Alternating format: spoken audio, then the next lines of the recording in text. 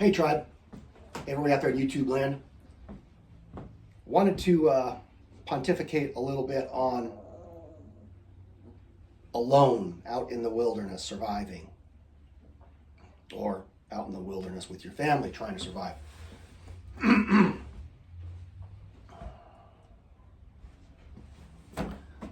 Are you stupid? Unless you have extensive experience at doing exactly that for long periods of time, you're not even going to be close to it. And even if you do have extensive experience and have successfully done this for long periods of time, you did so at a time when there wasn't pressure on the available wildlife and fish and foraging items. It's just not realistic. You're not going to go off into the woods and survive. Canadian Prepper did a really good in-depth interview with a guy, a doctor, well-respected doctor, I believe was out of Canada, who participated in Alone. And he went in depth about his experience. He made it 30-some days, 32, 36 days. And he did it by packing on fat before he went in. And he said that's what the people do. Everyone did it on Alone. That's what he was saying, that's how they got through, was putting on fat before the show and living off the fat. He got to the point where he had burned off all his fat, and he understood that his body was beginning to consume his muscles and tendons and such, and he was getting wobbly. And he said that was the day he said, this is enough. I don't need to damage my body permanently for this show. There was another guy, I don't know if he won or not, but there was another guy who made it 70 plus days, but he had packed on over 70 pounds to get that far. And then once that was gone, he could not sustain. Well, he never sustained in the beginning. He was losing body weight every day. Both of them were. And that's the point I'm trying to get to. You just can't hunt, fish, and gather enough calories unless you really know what you're doing and there's no pressure on what's around you. It's really hard to do. Really hard to do. My own experience with something like that was when I backpacked to the top of Mount Whitney about, a decade and a half ago. I've been going to the gym regularly.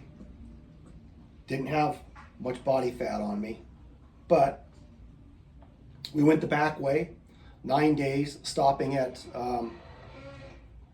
lakes most every day. We fished every day, got between 9 and 15 trout, split that between 4 of us. One of the guys brought shake and bake, and I ate 2 portions of a Mountain House backpacking package for dinner, plus another side dish.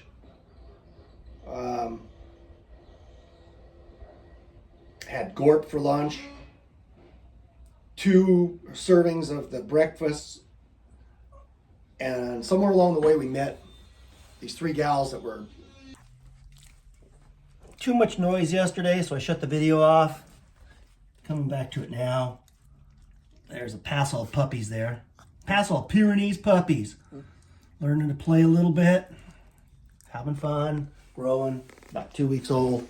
So where was I? Yeah. We were doing the backside of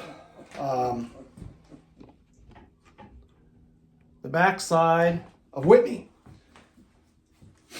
And we met these 3 gals. They were hiking, and they had this big bag of trail mix. They were tired of carrying it around unopened. It was about like that. And they wanted to get rid of it. I said, heck yeah, give it to me. I ate all that. I was eating everything.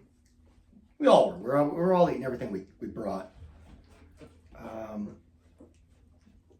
And by the time we were done, I got home, I stood on the scales. I was over 9 pounds lighter than when we left.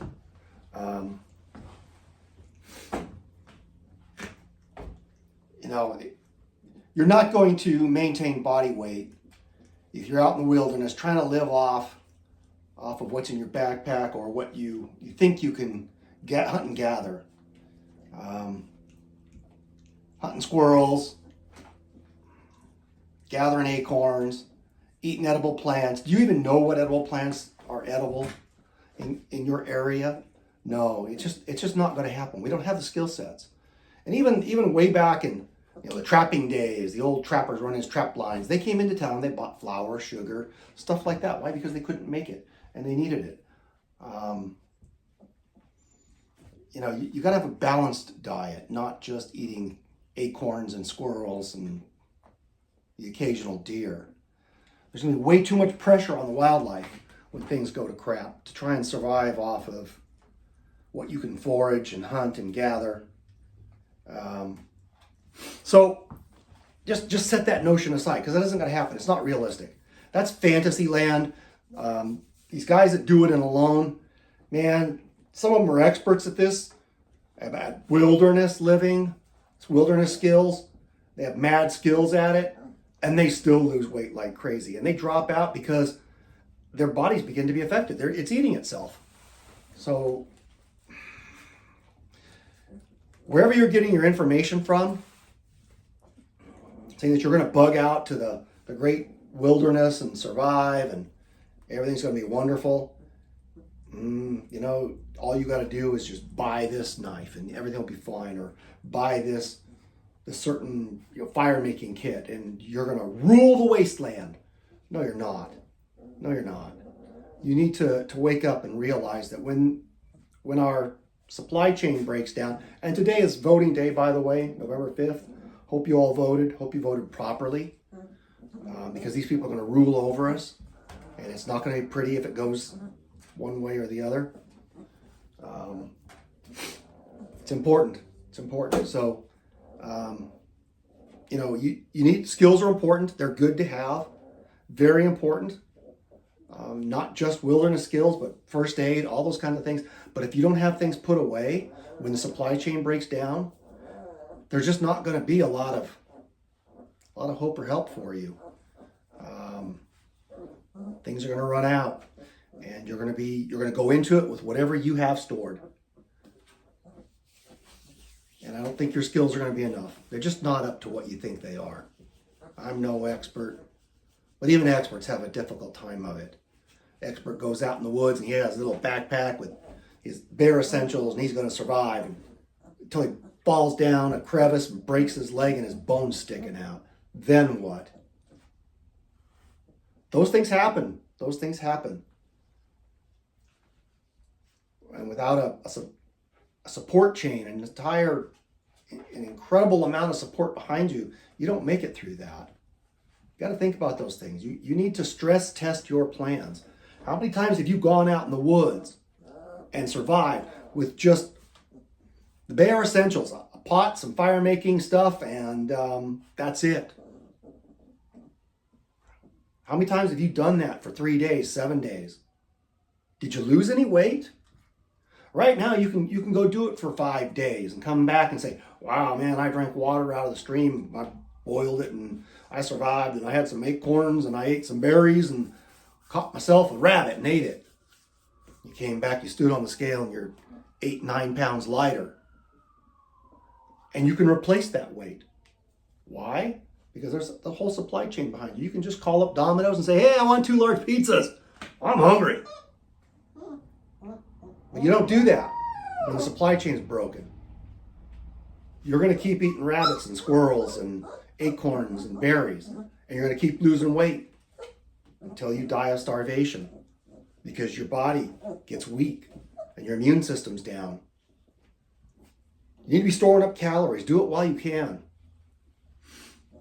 I hope a certain side wins and we get some relief, and that we gain some more time so that we can prepare even better. Anyway, that's what I got for today. Going out in the wilderness and surviving off the land. You give yourself about a 99% chance of dying is what you do. You better have mad skills and be in an area where no one else is trying to survive either.